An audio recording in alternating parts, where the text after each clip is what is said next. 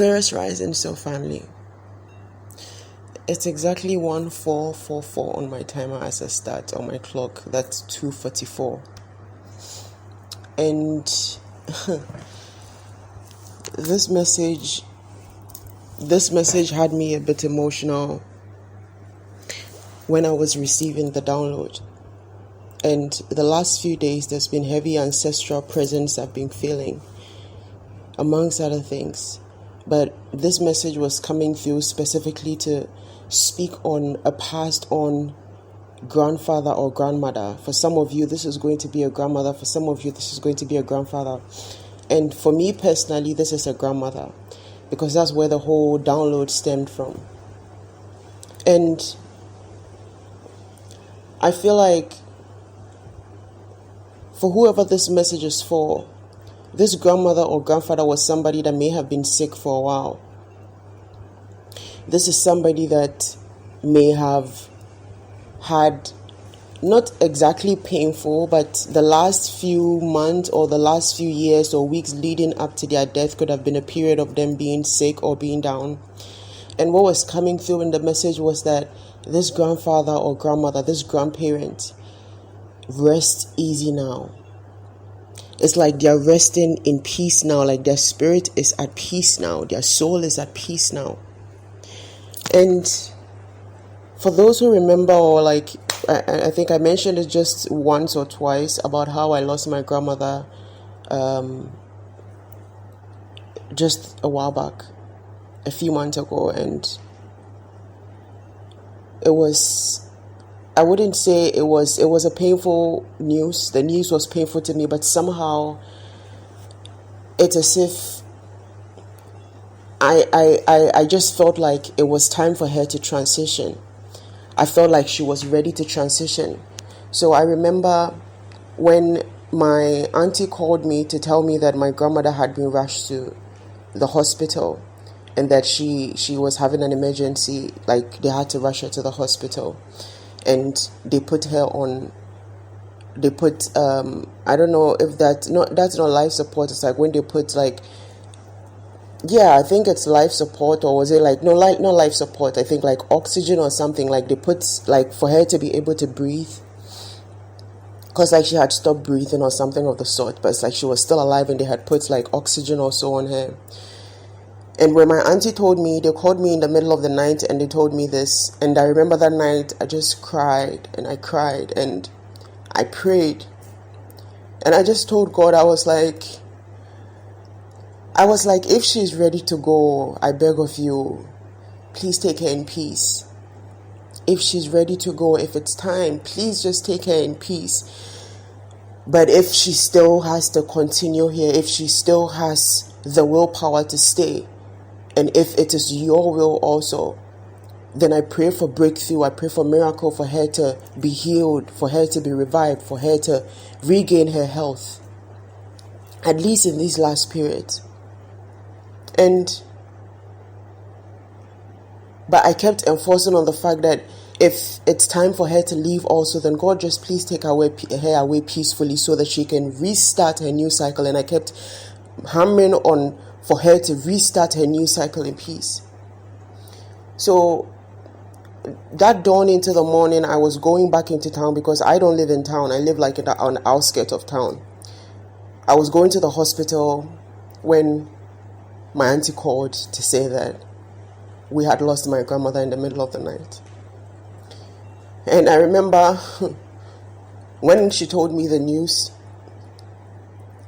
the feeling that I had within me was, in some form also, was a feeling of relief, because she was sick for a while.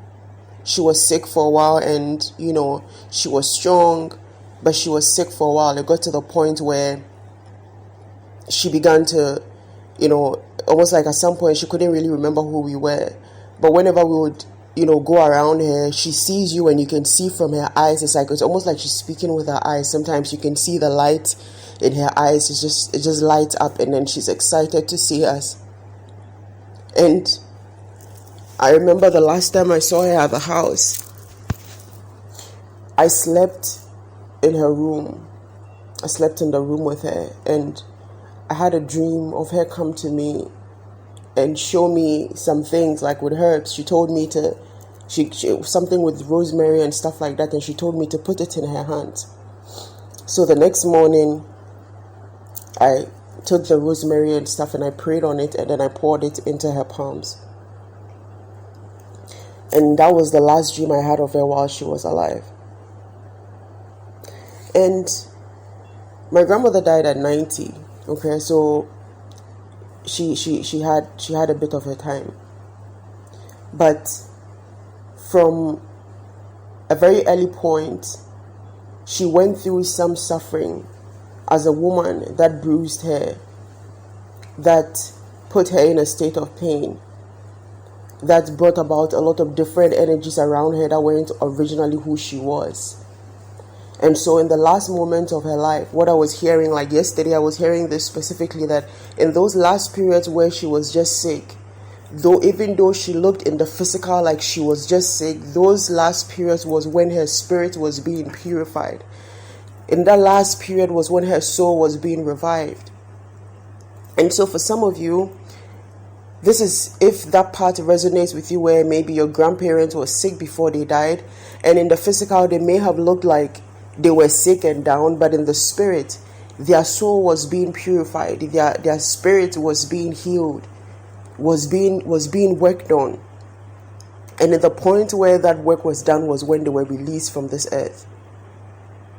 Now, when we had I lost my mother at a very age. Like I lost my mom when I was like 3 years old.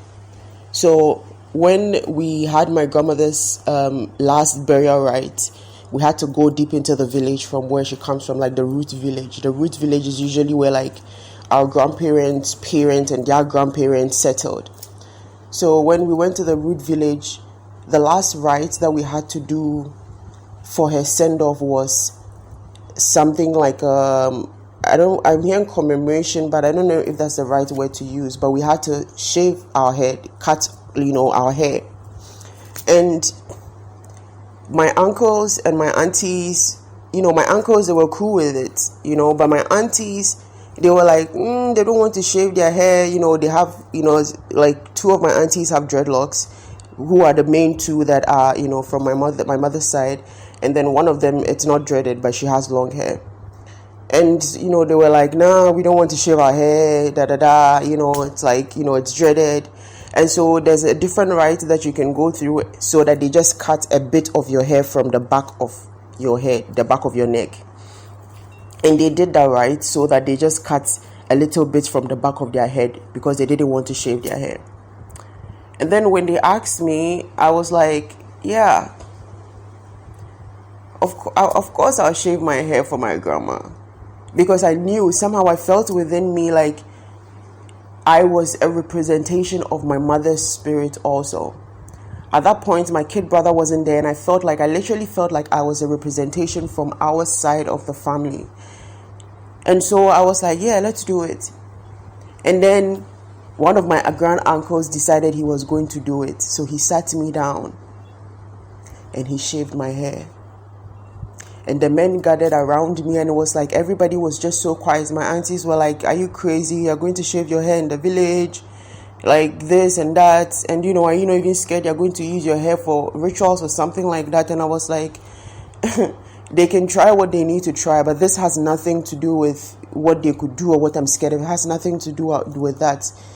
This is my way of paying my last respect to my grandmother, on behalf of myself, on behalf of my brother, and on behalf of my mother. And after doing that, I could sense how heavy the different energy were around, because it was almost like different eyes had recognized me because of how I claimed her energy. But moving on from that, basically, I think I only had one dream about her after she died, like after the whole funeral rite and everything. But recently, just a few days ago, was when I had the one dream where she confirmed to me that she was at peace and that she had finally fully left this earthly realm and was moving on to start in peace. And that was exactly what I prayed for. So this dream was a few days ago, but today, as the download was coming through, it's been multiple downloads that have been coming through from the ancestral energy, but this particular one just hit me out of nowhere, and it's like it was just coming from so many things that were becoming revelations to me all of a sudden. And what was coming through was that for some of you, it's like the energy was just lingering around to see who was going to carry on the lineage, to see if the person that was going to be the generational curse breaker was standing strong, was standing in the right place, on the right space. And it's like once they got confirmation of this, it's almost like their spirit was like, I can breathe easy. Now I can let it go and I can hand over. And I remember in the dream I had a few days ago of my grandmother, like literally saying she's passing on, like she's moving on.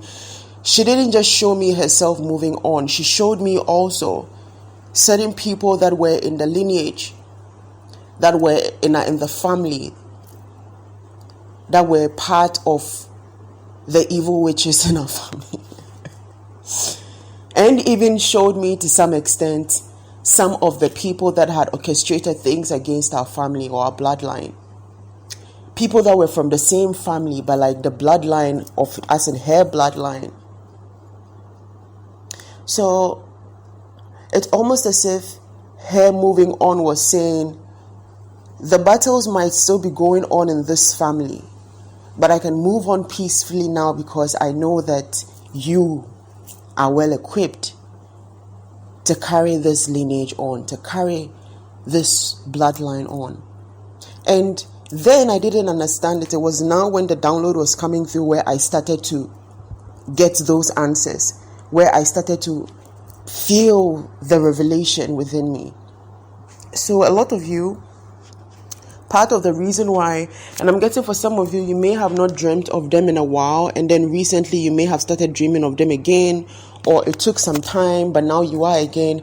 But this was because their spirit hadn't exactly moved on yet, but they were lingering around again, waiting to see. Not just waiting to see, but also putting certain things in order before they turn around and say, now I can leave this earthly realm in peace and go on and start afresh, go on and start a new cycle. To go on and start a whole new phase. And I remember in the dream, it was almost like, just a bit of it that I want to say, it was quite a long dream, but just the bit of it that I want to say, the part where she exited what was the mortal transport. She basically just took her shoes off and she put her hands to the ground. Almost like to say, my work is done. And I feel like whoever this message is for, you may have thought at some point that you weren't equipped to do what was needed for the lineage, or you weren't equipped to take on some of the things that were in your bloodline, like generational curses, for instance. But now you need to know that you are. Now you need to understand that you are.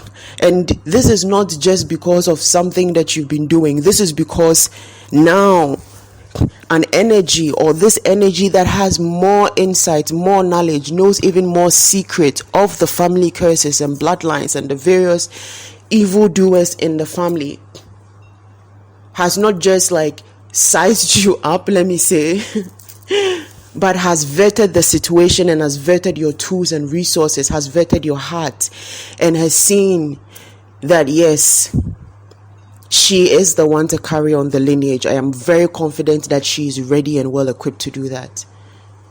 I am very confident, and I have goosebumps as I'm saying this right now. I am very confident that he has built the right energy, the right heart, the right mind to break the generational curses and to carry forth the bloodline into victory, is what I'm hearing. And I feel like this is coming through to say into victory because, again, there are people that have been from your family or your bloodline that have been evildoers. These people have orchestrated evil doings against some of their own bloodline, like aunties trying to do things against the children of other sisters or other people in the family. like cousins using spell work against other cousins, like sisters backstabbing other sisters. It's been stuff like that in the family. And so it's almost as if it had to be somebody that they could trust to be, this person is of a loving heart, this person is not vengeful, is what I'm hearing. This person is of a kind heart. We chose this person, but we need to make sure that this person is right. And it's like, yes, we chose the right person. The lineage has been left in the hands of the right person. The bloodline has been left in the hands of the right person, because it's not just about you and what you mean to the bloodline. It's also what you are going to mean to the generation. It's what you're going to impart in the generation behind you. It's what they're going to learn from you. Like in my family, I have cousins that don't speak to other cousins because their mothers have polluted their mind to look down on the other cousins. And I'm always like trying to like let them know, like, it doesn't matter whether you think they are of a low caliber in status, or whether you feel like, for whatever it is that the other side has told you, these are your cousins also, as long as they are not trying to directly do you harm. Don't just turn your back on them because your mother said 1-2 things about their mother or their father. Like, even with me and some of my cousins, they don't speak to me because somehow it's almost like I have a cousin that I used to be very close with when we were young. We used to be very close. And then now it's almost like she's scared of me. But that's because her mom has made sure to let her know not to associate with me, because I delve into devious things and magic and all those things. However, I know what her mom does.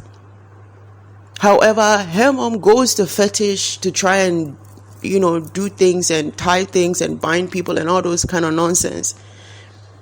But she has painted me so black to her that my cousin is literally scared of me. Like, she doesn't even answer. She doesn't like respond. She doesn't, I remember for my grandmother's funeral, they were so to the side. They were just to the side. Like, it's almost like they were scared of like associating themselves with me, or they were scared of coming close to me. And I was literally like the odd one out. But at the end of the day, when the main rite came for us to do, I was the one that stood forward to do it, because they didn't even represent at the root village.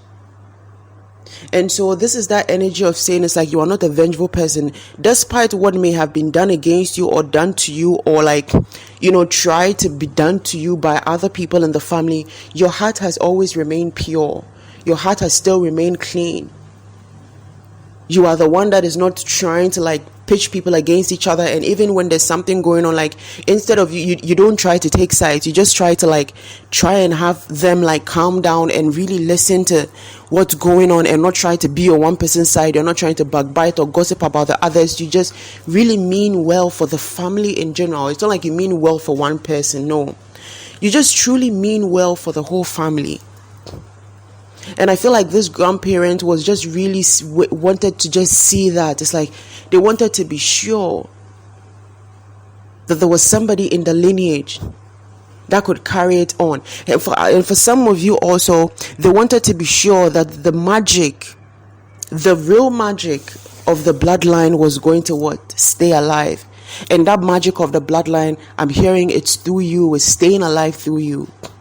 So for some of you, your grandparents could have been somebody that was very magical. I'm hearing magic hand. Or somebody that had certain abilities that even you may not have known of. For some of you, they were a root worker, but a root worker in the way where you just saw it as them doing medicine and stuff like that. They could make tinctures and make herbal teas, and just basically they had a herb to heal everything. This wasn't just because they were knowledgeable in herbs. This was because they were a root worker. They just never had the chance or opportunity to practice it in the magical form. And so they would just only translate it to the medicinal form. And now for some of you, you are actually taking on that role where you have become root workers, you have become healers, you become herbal healers, you become shamans.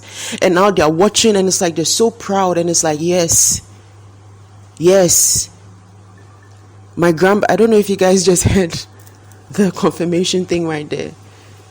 It's like, yes, my grandbaby has got this.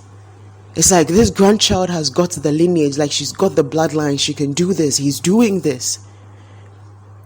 And because of you,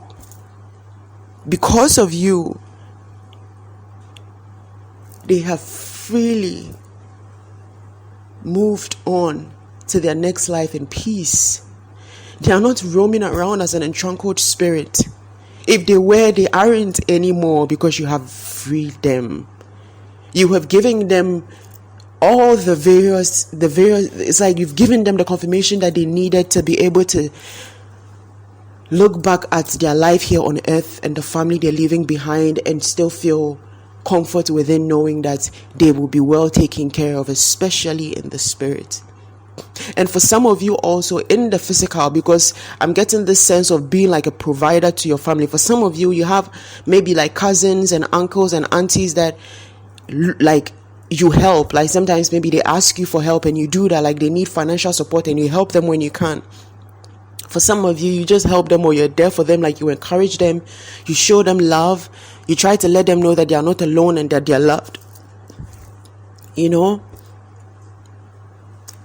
And yeah, I feel like this is where I'm going to leave this message.